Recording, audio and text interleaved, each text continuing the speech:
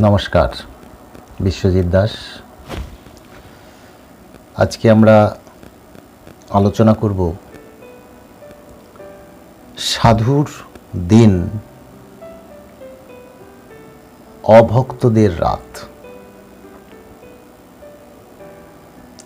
সাধুদের যখন দিন শুরু হয়, অভক্তদের তখন রাত্রি। সাধুরা যখন ঘুম থেকে ওঠে ভোরবেলায় 3টে, এবং তারা যখন সেই ঘুম থেকে উঠে তাদের কর্মে ব্যস্ত হয়, আর সেই সময় জড়জাগতিক লোকজন নেশাগ্রস্ত অবস্থায় বাড়ি ফিরে বিশ্রামে যায়। অর্থাৎ সাধুদের যখন দিন শুরু হয়, অভক্তদের তখন রাত্রি। আবার যখন রাত্রিবেলায় একটি নির্দিষ্ট টাইমে যখন সাধুরা শয়নে যায়, বিশ্রামে যায়,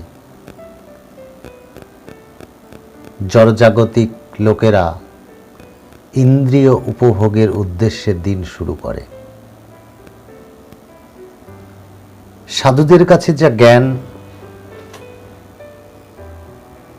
বাস্তববাদীদের কাছে তা অজ্ঞানতা ও মায়া। পাশ্চাত্য দেশে যখন গ্রন্থ প্রচার করা হয়, তখন পথিক বলে, তোমরা হরে কৃষ্ণ ভক্তরা বাস্তবতা বিবর্জিত পলায়নকারী লোক। এটি শুনে আমাদের ভক্তরাও পাল্টা বলতে পারে যে তোমরা হলে মায়া, তোমরা তোমাদের প্রকৃত স্বরূপ জানো না। কৃষ্ণের সাথে কি সম্পর্ক তা তোমরা জানো না। তোমরা চিন্ময় প্রকৃতি থেকে পালিয়ে বেড়াচ্ছ। সাধুরা বলে যে সমস্ত এইসব স্থানে অমৃত পাওয়া সম্ভব নয়, যেসব স্থানে কৃষ্ণ নাম নেই, যেখানে কৃষ্ণ নাম নেই সেখানে অমৃত থাকতে পারে না। কিন্তু অভক্তরা বলে যে অমৃত সমুদ্রে, অমৃত স্ত্রীর মধুর কথায়, অমৃত সাপের বসবাস স্থলে। কিন্তু আচার্যরা এটিকে সত্য মানে না, কারণ তারা বলে যে সমুদ্রের জল লবণাক্ত, আর অমাবস্যায় পূর্ণিমার মাধ্যমেই চন্দ্র হ্রাস বৃদ্ধি হয়। আচার্যরা বলছেন,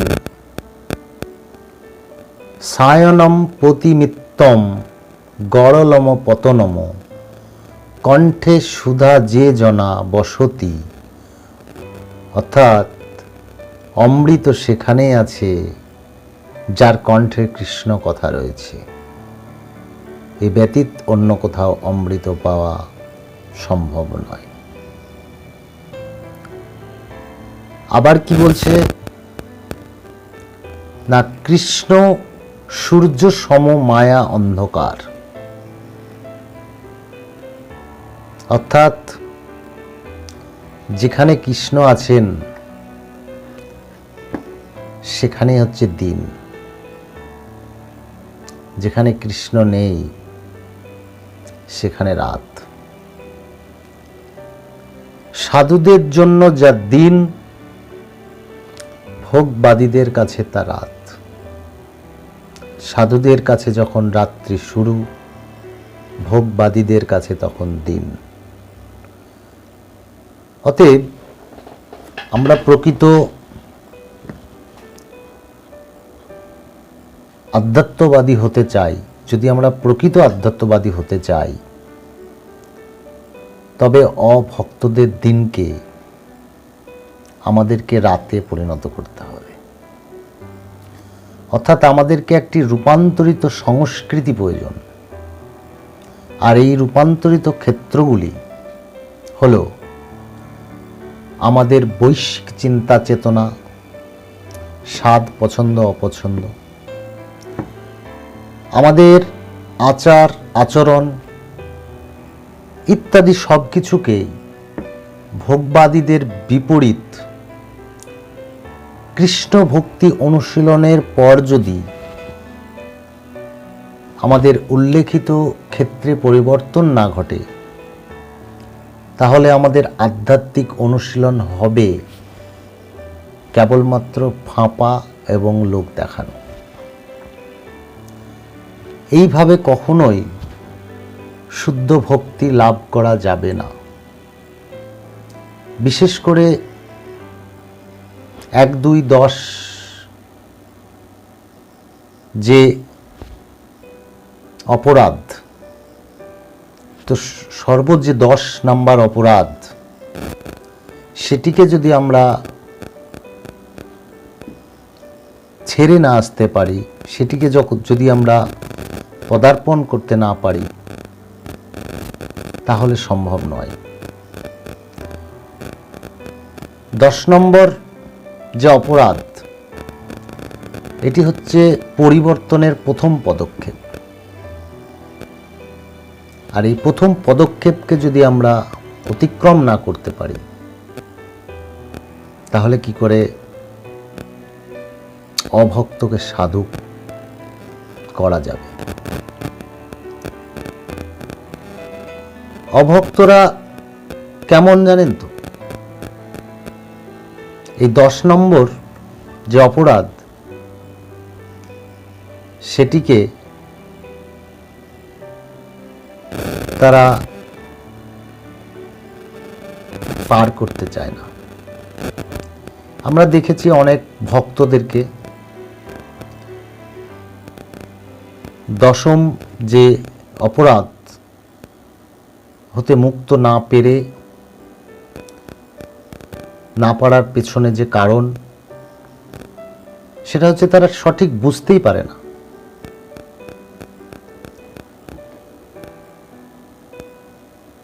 ভক্ত হবার পরেও পূর্বের বিষয় আসক্তিগুলো বজায় রাখে। পূর্বের আসক্তি, স্বার্থপর মনোভাব ত্যাগ করতে না পারা, আমিও আমার এই যে ভাবনা, ধনসম্পদ, রূপচর্চা, শপিং, অত্যাধুনিক শারীরিক যত্ন, বিভিন্ন রকম সামাজিক যে সমস্ত আমোদ প্রমোদ, স্বর্ণালঙ্কার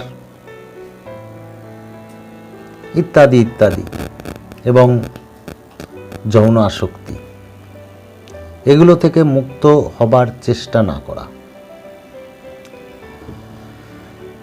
প্রকৃত সত্য হচ্ছে, জড় আসক্তি বজায় রেখে আমরা কখনোই হরে কৃষ্ণ মহামন্ত্র জপের প্রকৃত যে সুফল, অর্থাৎ হৃদয়ে তুলতে পারব না। কারণ এই সমস্ত কিছু হচ্ছে জড়বাদীদের কাছে দিন স্বরূপ, যা সাধুদের কাছে রাত্রি স্বরূপ। এই রূপান্তর চাপিয়ে দেওয়া যাবে না, বরং এই প্রকার রূপান্তরের জন্য আমাদেরকে অনুপ্রাণিত হতে হবে। প্রত্যেকে তার হৃদয়ের ভিতর থেকে নিজের মতো করে এই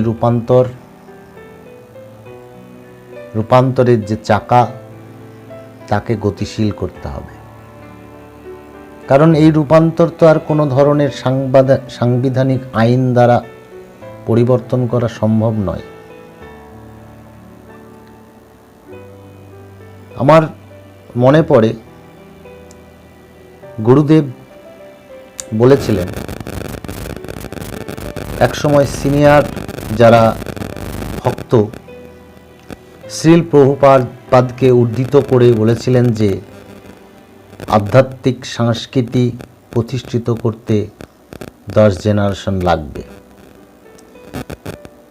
এই জন্যই আধ্যাত্মিক সাংস্কৃতিক প্রয়োজনীয়তা সম্পর্কে সচেতনতা বৃদ্ধি করতে ধারাবাহিক প্রশিক্ষণ ও শিক্ষা দরকার, যাতে সকলে গুরুত্বপূর্ণ নীতিগুলো হৃদয় দিয়ে অনুধাবন করতে পারে।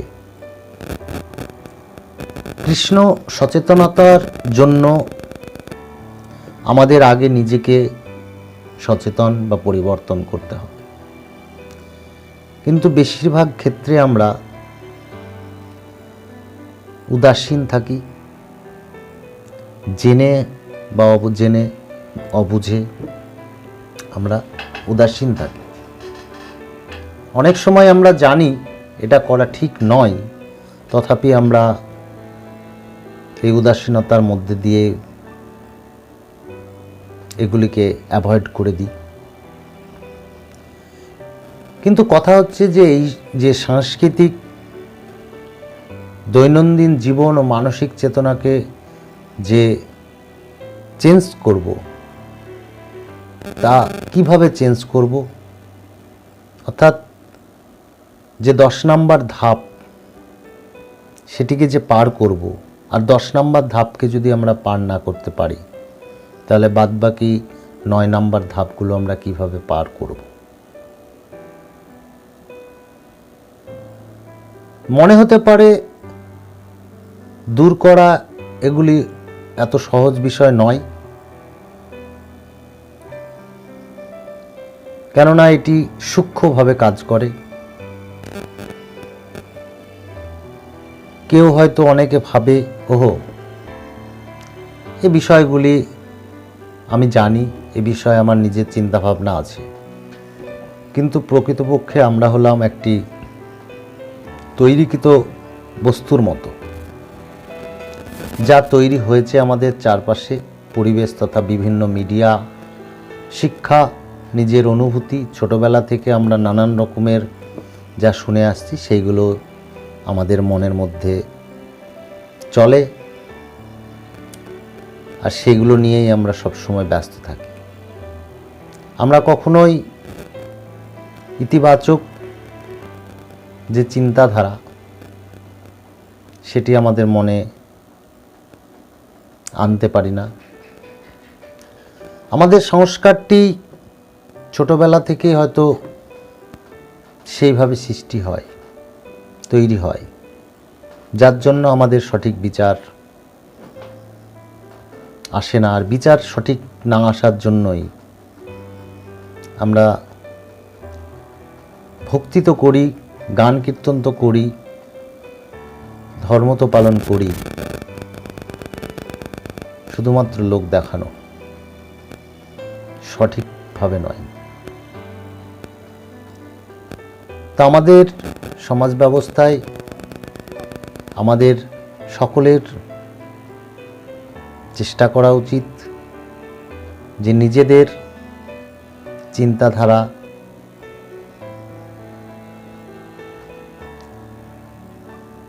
জড় জগৎ থেকে মুক্ত হয়ে 10 নম্বর যে ধাপ সেটিকে পার করে সঠিকভাবে কৃষ্ণ নাম নেওয়া এবং সঠিকভাবে কৃষ্ণ নামে নিজেকে নিয়োজিত করা, এবং বাহ্যিক যে আনন্দ সেগুলিকে দূরে সরিয়ে